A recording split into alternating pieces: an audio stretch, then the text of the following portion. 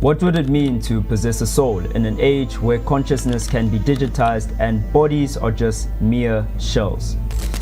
This question lies at the heart of Ghost in the Shell, a series that grapples with the nature of humanity in a world where boundaries between the organic and the artificial blur into insignificance.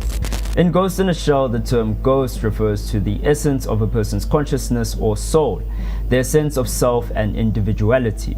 It symbolizes the human spirit that resides within a person's shell, their physical body, whether that happens to be biological or happens to be a cybernetic construct.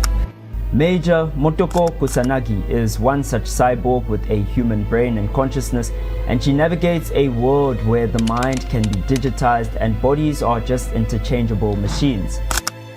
The premise of this world introduces a profound dilemma, one that resonates with our everyday experiences but on a far larger scale. The more technology we integrate into our lives, the more risk we are of losing our humanity. The simple pleasures of life are often traded for the fleeting dopamine we get from our screens, as we perhaps maybe evolve into something beyond human. But we'll delve deeper into that later. First, let us understand the world of Ghost in the Shell. Without this foundation, the message of this video would lose its sting. And I really want you guys to take something special from this video. Major Motoko Kusanagi is based in the sprawling urban environment of Japan. Newport City is a place of stark contrasts, neon-lit skyscrapers and a grimy underbelly. It's a world where technology has become an omnipresent force shaping society and even the human identity. It is a quintessential cyberpunk city where advanced technology coexists with societal decay. The cost of our advancement, as always, is that those who control it and the resources that everyone else needs don't happen to be the best people. In this film, wealth and power are concentrated in the hands of a few, while the majority of the population grapples with the consequences of this rapid technological advancement. The skyline is dominated by towering megacorporations whose influence extends beyond mere economics and drips into the political and social fabric of society like a sort of hemotoxin. And yes, if you're listening to this and it sounds oddly familiar, you're not the only one noticing it. Our current society is also run by megacorporations like Twitter, Meta. Of course, in South Korea, they have the Chaebol. And in South Africa, we have Naspers and a very popular group of billionaires called the Stellenbosch Mafia. Much like in our evolving reality, in the world of Ghost in a Shell, governments are no longer the sole centers of power. They share authority with powerful megacorporations, covert agencies like the Public Security Section 9, where Major Kusanagi serves. These entities operate in the murky world of espionage, cyber warfare, and black ops, often mixing their ice cream flavors between cold lawful authority and being bitter rogue vigilantes. Then there's of course the double-edged sword of progress in this world. At the heart of Ghost in a Shell lies the question of cybernetic enhancements. In this world, nearly everyone has some sort of cybernetic augmentation. These enhancements offer incredible advantages, enhanced physical abilities, direct access to vast amounts of information, and even the potential for immortality, as the consciousness can be shifted from one body to another. Bodies, of course, are a massive part of this world, earning it its adult rating. Skin, limbs, the human form, and machine forms are constantly on display, and the love that was put into this aspect of the show shows how important it is in terms of serving the narrative. These enhancements of the body come with significant ethical and existential dilemmas. What does it mean to be human when your entire body is artificial? If your consciousness or your ghost can be transferred from one body to another, what happens to your identity? What happens to your swag? Can you still claim to be the same person if every part of your physical being is replaceable?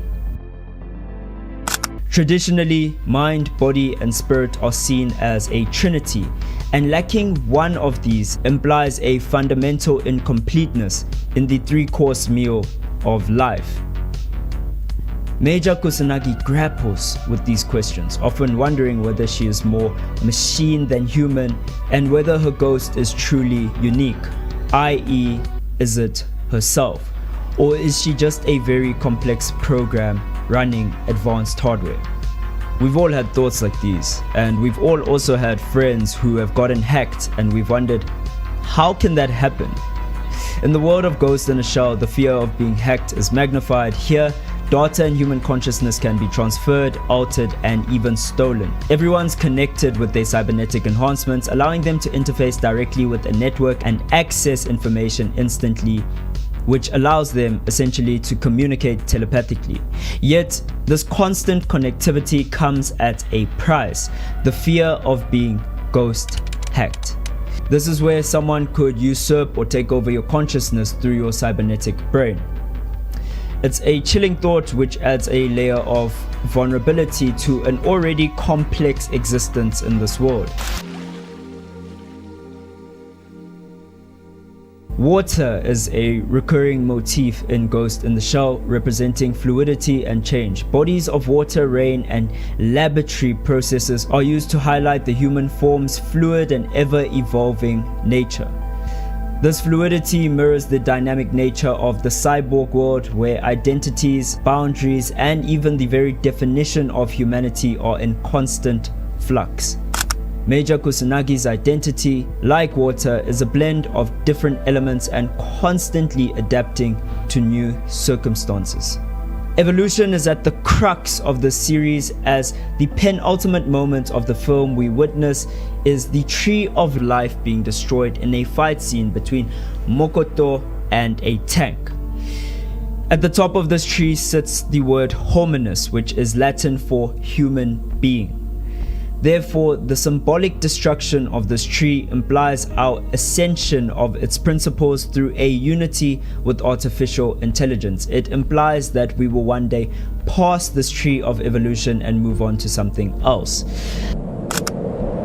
Kusanagi's fusion with the Puppet Master, which is a rogue AI program in the series seeking its own natural evolution, represents a digital form of this transcendence mentioned earlier. And this transcendence is one that scares more and more people daily as the reality of AI begins to envelop our world that we live in right now. This notion of AI achieving a spiritual or existential evolution is becoming more real as AI continues to develop. The fear of losing our humanity to digital entities, not only through overuse, but also through the potential of AI surpassing us and choosing to discard us, is a growing concern. This event is known as the singularity, the exact moment where AI proves itself superior to us and takes control over human fate. Unlike many, Kusanagi does not fear the loss of her own humanity. She allows herself to merge with the program, completing her rebirth as a completely new entity. As AI continues to evolve, humanity will be forced to confront profound spiritual and existential questions. If AI achieves a form of sentience or spirituality, it could challenge our understanding of the soul, consciousness, and the divine. This could lead to new forms of worship, new ethical dilemmas, and a reevaluation of what it means to be conscious, sentient, or even human. Ghost in the Shell challenges our understanding of consciousness. It asks us the question whether what we feel is consciousness or what we feel is real is actually that. Through its captivating narrative, its cyberpunk landscape, and its philosophical questions, it explores the possibility of a new level of evolution, i.e., artificial intelligence transcending its mechanical nature to achieve a new form of life that we do not yet understand or grasp. And it would achieve this new level of emotional awareness and understanding through its original owners, which happens to be us. This whole series raises critical questions about the future of humanity and whether we should continue advancing AI. I'm sure by listening to this, some of this stuff is very scary, especially the part about AI surpassing us and having the ability to make a choice of whether to discard us or not. I think we should be very careful in terms of AI, especially when the people developing it are not sure what lurks beneath the Pandora's box which they are unearthing. This is Loy signing off. Peace.